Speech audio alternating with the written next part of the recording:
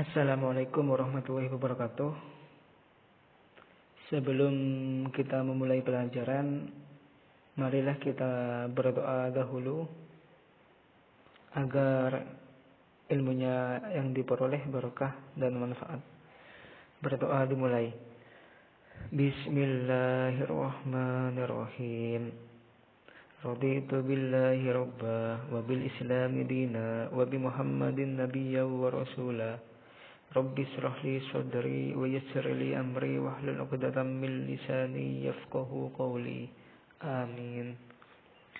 Baik, pada pertemuan kedua ini saya akan membahas mengenai makanan halal dan baik.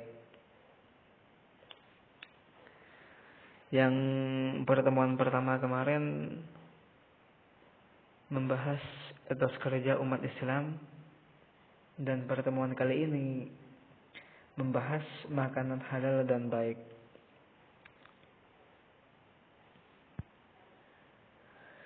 Pengertian makanan halal dan baik.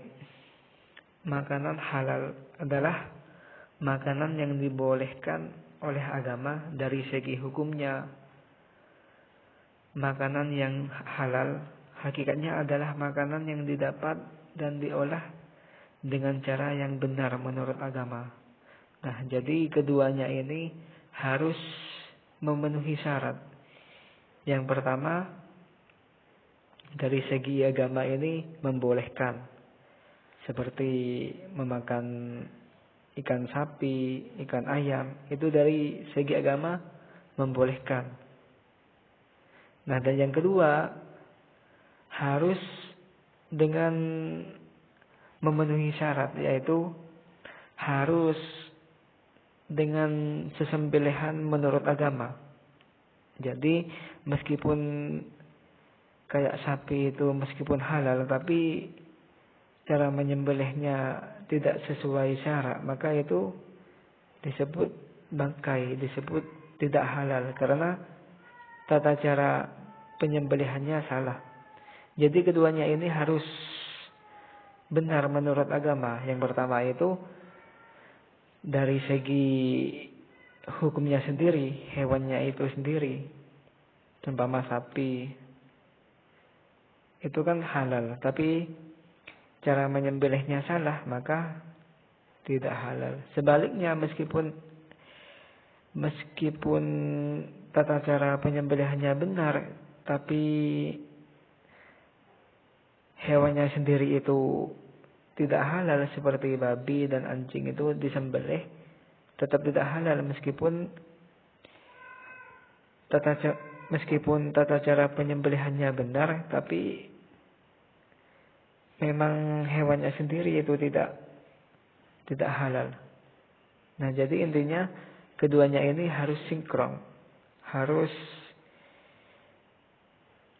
sama-sama halal. Yang pertama, makanannya sendiri itu harus halal, dan yang kedua, tata cara penyembelihannya itu harus menurut syarat. Adapun makanan yang baik dapat dipertimbangkan dengan akal dan ukurannya untuk kesehatan. Nah, jadi yang halal itu harus tidak memabukkan.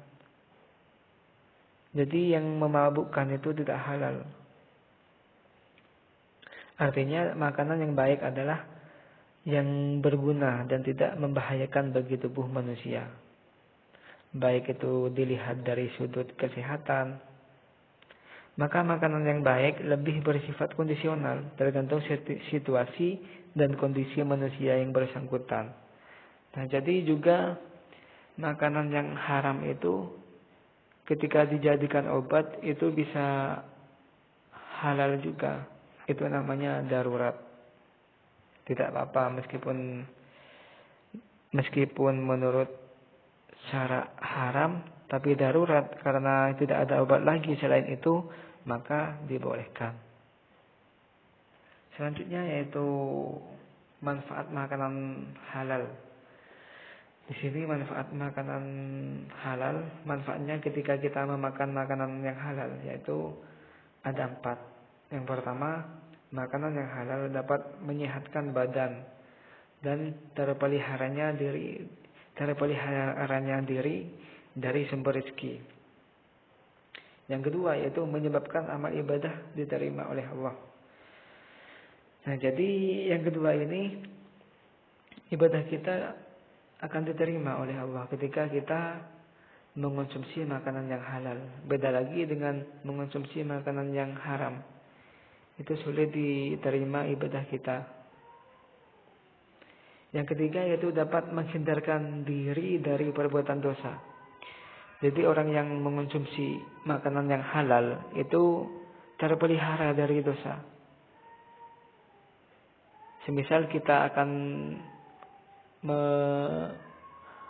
memperlakukan maksiat, tapi karena kita mengonsumsi makanan yang halal itu bisa jadi terhindar dari perbuatan maksiat tersebut. Selanjutnya yaitu yang nomor 4, tergolong orang yang soleh dan berakhlak mulia. Yaitu kita tergolong termasuk orang-orang yang soleh dan dianggap orang yang berakhlak mulia. Selanjutnya yaitu syarat makanan yang halal. Yang pertama yaitu suci, bukan najis atau yang terkena najis. Yang pertama harus suci makanannya.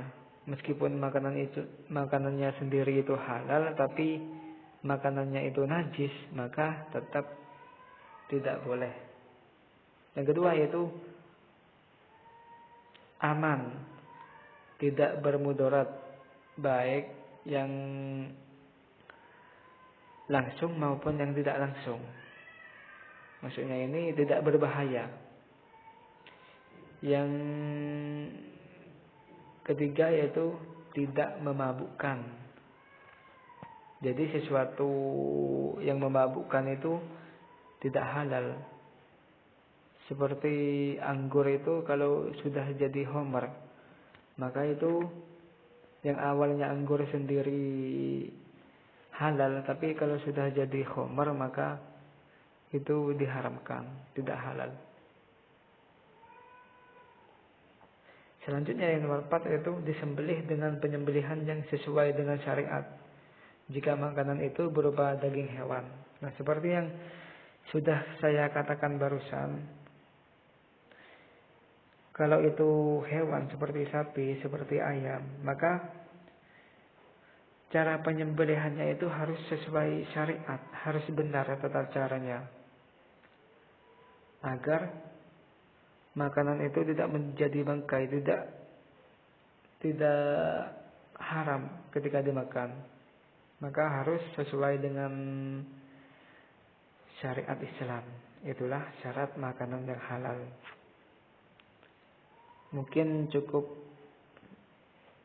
sampai di sini saja. Ketika ada pertanyaan, mohon ditanyakan lewat WhatsApp karena ini media online. Sampai berjumpa di minggu depan. Kurang lebihnya mohon maaf. Assalamualaikum warahmatullahi wabarakatuh.